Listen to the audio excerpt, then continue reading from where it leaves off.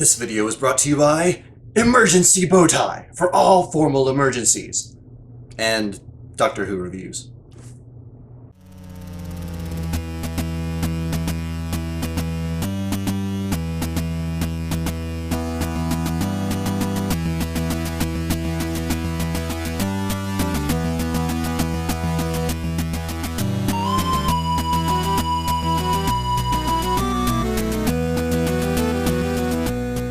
Hello everyone and welcome to the season/series 2 recap for Discovering Doctor Who.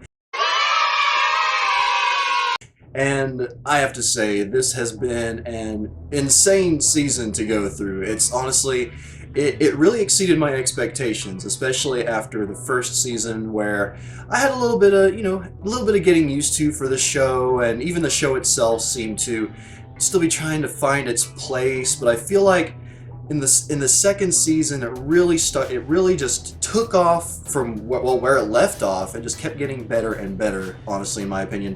But I'll give my full thoughts on, well, the whole season at the end of this video. But for now, let's get into my top 5 episodes of this season. And keep in mind that 2-parters count as one episode, in my opinion.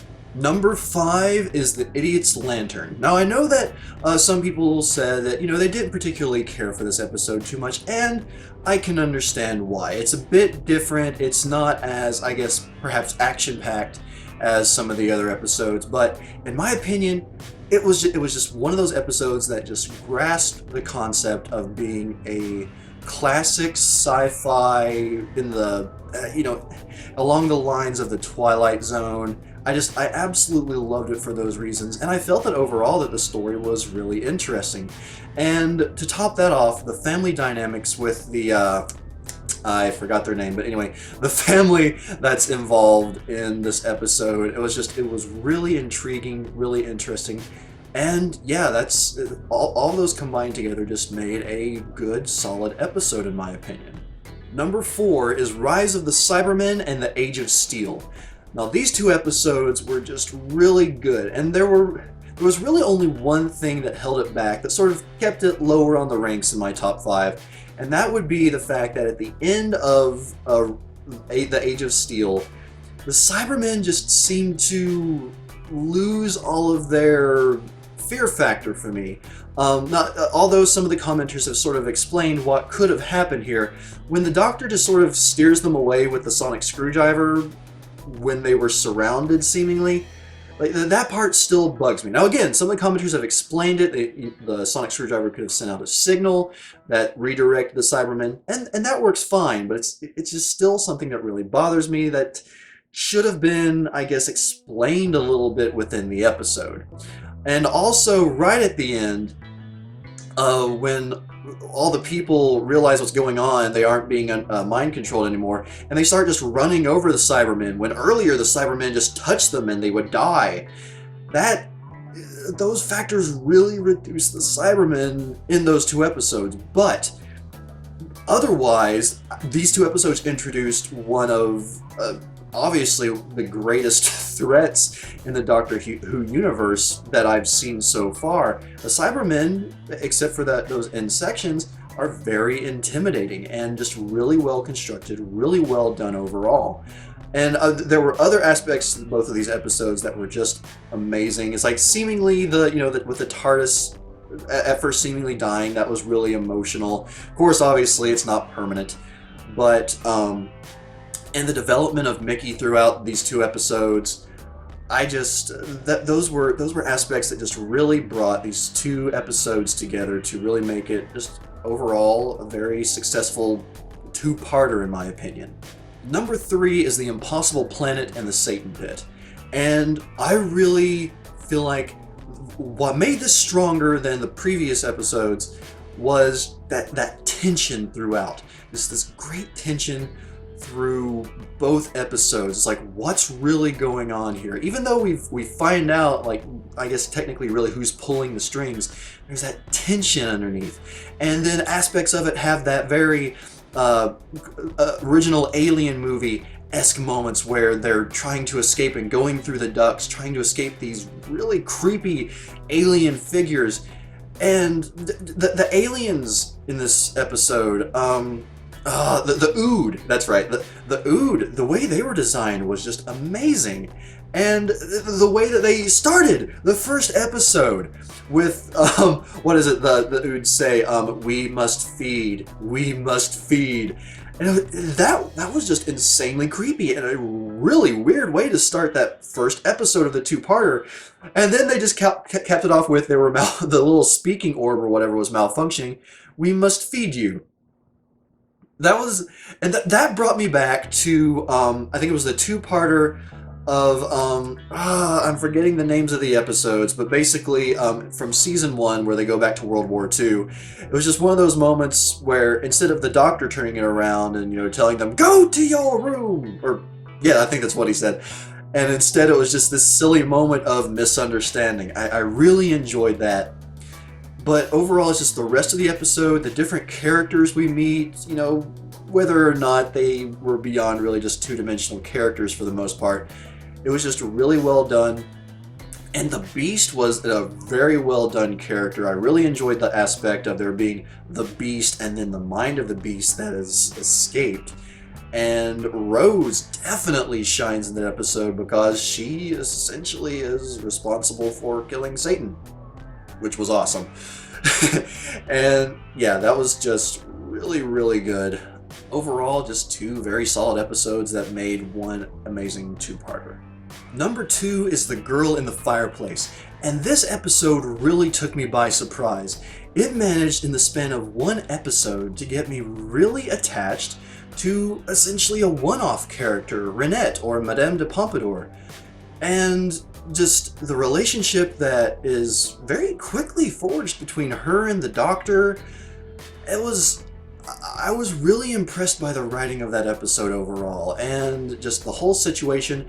The bad guys were friggin' terrifying. And when we see them in their true forms, they're still very interesting, but when they're behind all of that, all those masks and everything, I mean, I had a very, It moment, the movie It, when you, the first time you see the clown, especially if you're afraid of clowns, which I'm not, but still, just that vision, the first time that you see the mask all of a sudden in the dark, it is just a terrifying sight. And I absolutely love that. Was it Moffat that actually wrote this episode? I can't remember for sure or not, but I think so. But whoever wrote it, it was just it was so good. So many good aspects to this episode.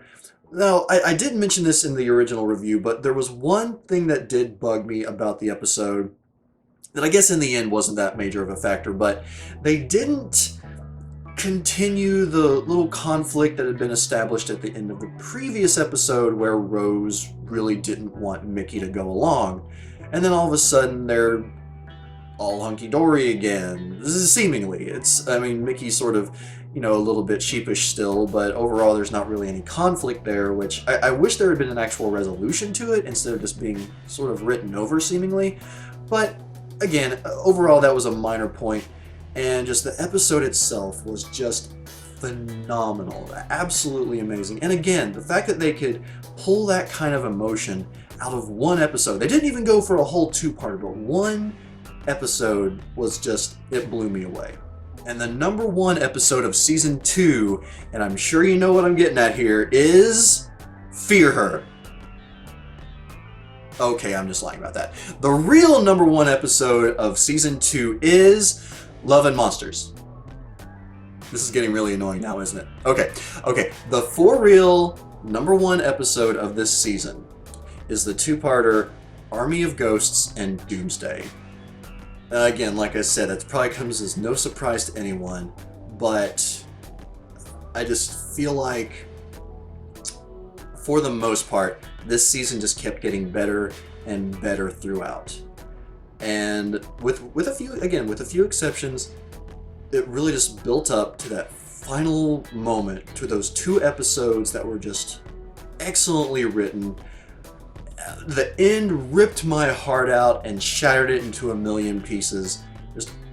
And the way that they were able to utilize all the characters, all these different characters that we've met throughout the first 2 seasons, and in this season as well. I've repeated myself, but anyway, just the way they were able to do that overall just made these 2 episodes a two-parter that will forever stand out in my mind. I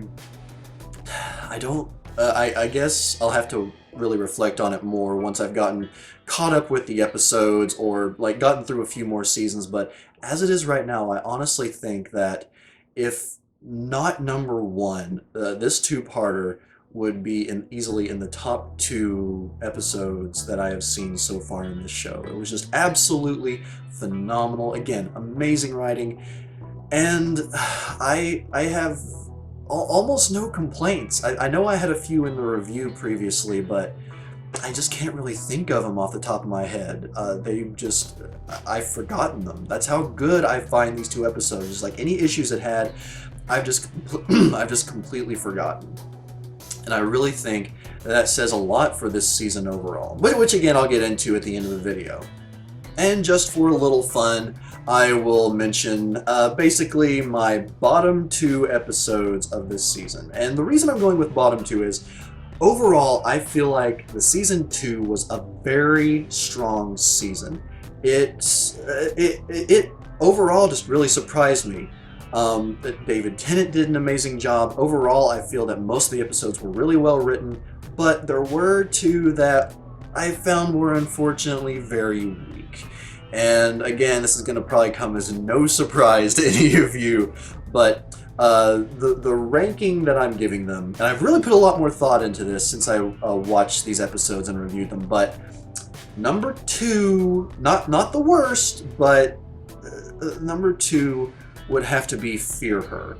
And I know that would be the worst of this season for a lot of you, but mainly because of the fact that the child actor that plays Chloe, I believe her name was, the child actor that played her didn't do a very good job. I mean, admittedly, she wasn't that good of an actress, and there were several other people within that episode that just weren't really good actors or actresses, but I feel like overall it was performed well enough, and I tend to give kids a slide, or I tend to, just sort of not focus too much on the kids acting, because in many cases, kids just aren't really that good of actors. There are some definite standouts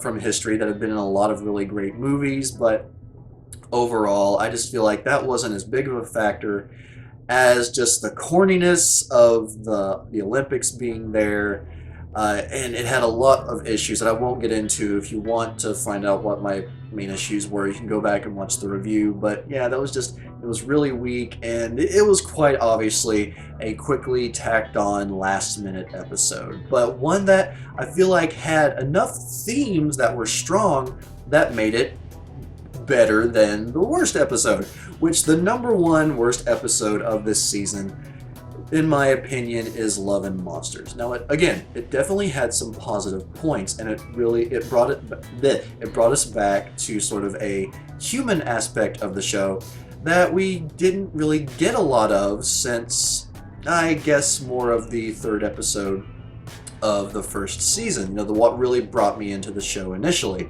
But the episode definitely had its faults, and the more I thought about it, the lack of Rose and the Doctor being there really was a detriment to the episode overall. And in the end, I guess that's what makes me feel that this episode is just a bit worse than Fear Her. Now, I don't feel that either of these episodes are horrible overall, but they definitely have some significant issues that I just can't look past, and they're not episodes I will be revisiting.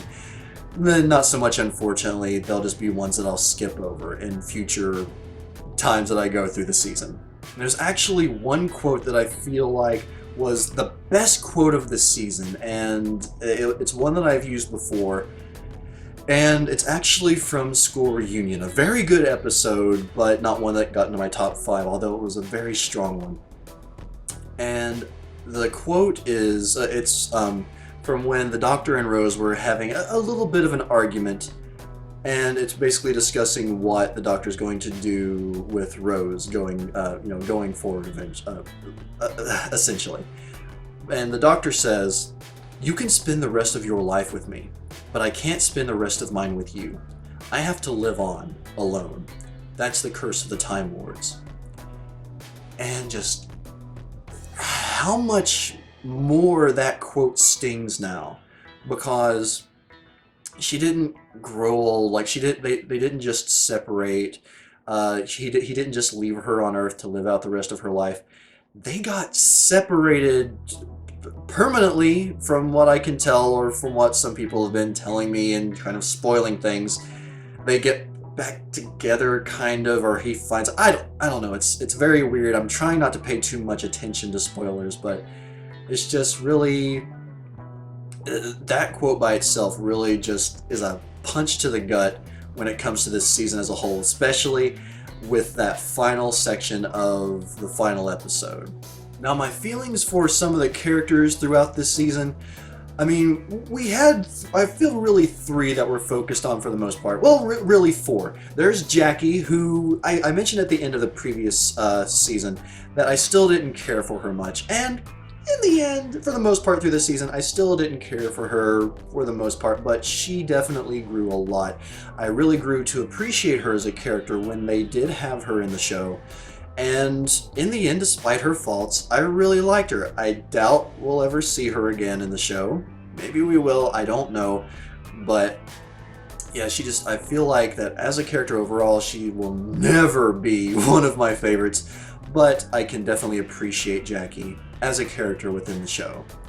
And then there's Mickey, who I still absolutely love him. I was really sad to see him go just several episodes into the season, and for him to come back for that 2-parter to really like take the fight to the Cybermen, and Mickey just grew so much throughout this season alone. He definitely grew some, and he grew on me in the first season, but in this one, I just feel like he grew the most, and he really just became a badass, and I really like that, especially in contrast to his early iteration from the first season, where he was really just kind of a wimp, unfortunately. And then that brings us to Rose. She's my first companion, or Doctor Who companion, and I will always be comparing, I'm sure, new companions to her. And I don't think that's something I'll ever completely let go. I may end up liking another companion more than her, but as it is right now, it's really hard for me to believe that, just because of how much of an attachment I grew to the character. And then for that, just ripping her away, quite literally, into a different universe, seemingly forever. It was really heartbreaking, and I really like how they developed her, because even from the beginning, she showed signs of being strong, or being able to become more strong. And they developed her really well from the beginning of the first season through the end of the second here, to the point where, I believe it was in, not Doomsday, but it was in Army of Ghosts, Jackie is talking to Rose and saying how much she's changed, and how much, she's sort of becoming like the Doctor. And I don't know, maybe it's just me, but while Jackie obviously saw that as a negative, I didn't. I thought that was a very positive aspect, showing that Rose was, although she started, again, as a relatively strong character, just grew into her own, became a very strong person, and she was going to do whatever she wanted. I really appreciated that. And then there's the Dr. David Tennant, who I was honestly worried whether or not I would like him. And then, I don't know why, but starting with the Christmas episode, he just sort of, I really liked him. He definitely had some ups and downs, in my opinion, and moments in which, I didn't particularly care for him as much, but overall, I felt like he really captured the spirit of what feels like the Doctor to me. Now, again, I'm not a fan of the classic episodes because I haven't seen them yet, but he just felt like a very good continuation of where the 9th Doctor left off. And yeah, I just really like him.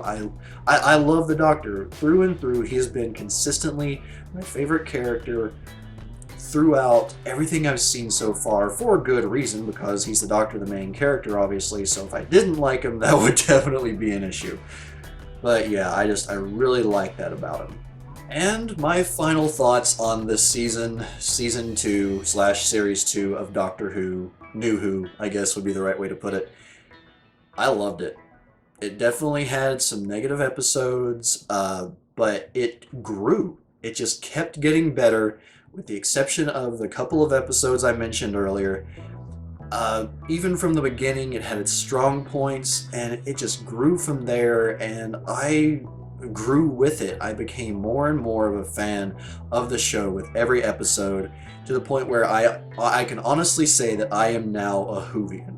I have no qualms about saying that now. I am a Whovian. I love this show, and I cannot wait to get into the third season and get right to it, which I believe is starting with The Runaway Bride.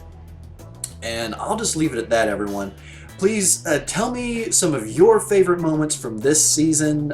Maybe just, just tell me everything that you loved about this season. I know that it wasn't everyone's favorite, but I mean, it's mine so far, obviously. Well, everyone, thank you very much for joining me on this season recap. I just really have to say thank you to all of you for joining me on this journey. It has been a wonderful ride, and it is nowhere close to being over. I cannot wait to get into the third season, starting with The Runaway Bride, which will actually be coming out next week, or, it's already out depending on when you're watching this. But like I said, start with The Runaway Bride, picking up, I assume, immediately where the end of season 2 left off. And I'm telling you what, I just absolutely cannot wait. I am stuck on this show, completely in love. And I'll see you all next time on the next Discovering Doctor Who.